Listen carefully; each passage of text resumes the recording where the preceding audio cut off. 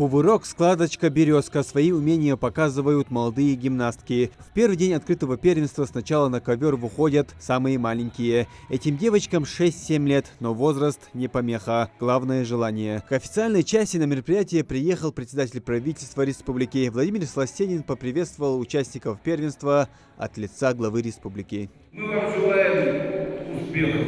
Быть всегда такими красивыми, как сегодня. Победит пусть сильнейший, а напутствие такое, чтобы многие, кто сегодня здесь был, защищали нашу честь нашей страны на Олимпийских играх и мирового масштаба. С праздником!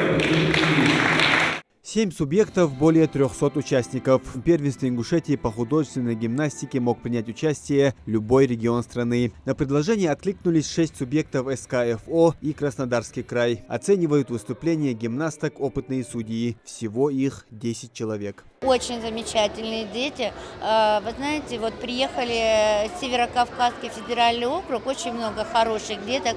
Вот Махачкала, Дагестан привезла много детей. У вас в Ингушетии развивается очень быстро, стремительно.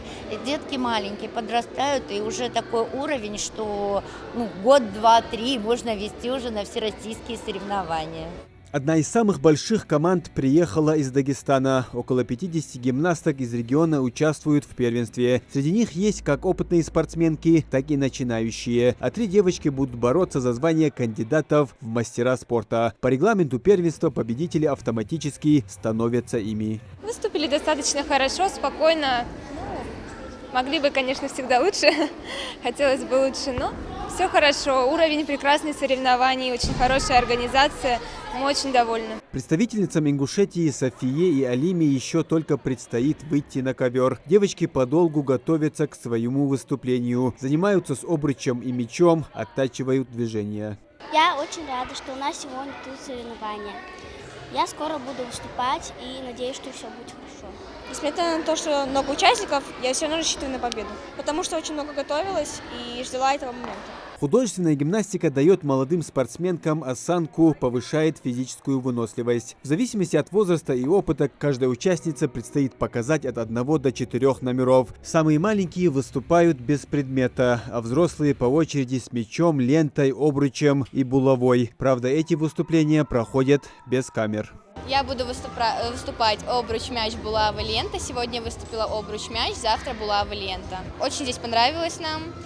Хотим уехать с медалями, будем очень стараться.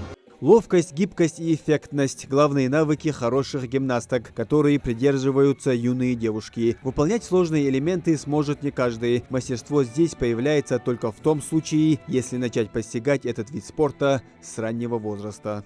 Дети выступают по годам и по категориям. Те дети, которые выступают в категории А, они борются за место в сборную Республики Ингушетия по художественной гимнастике. Состязание проходит на территории спортивно-тренировочного центра «Мужичи». Недавно по поручению главы Ингушетии его полностью отремонтировали. Построили новые здания, привели в порядок старые. Эти изменения позволили принять первенство такого масштаба. Художественная гимнастика – вид спорта, который включен в состязания международного уровня – Олимпийские игры. А российские спортсменки по праву в числе лучших в мире. Так что этим девочкам есть на кого равняться. Муслим Ганиев, Адам Далаков, Новости 24.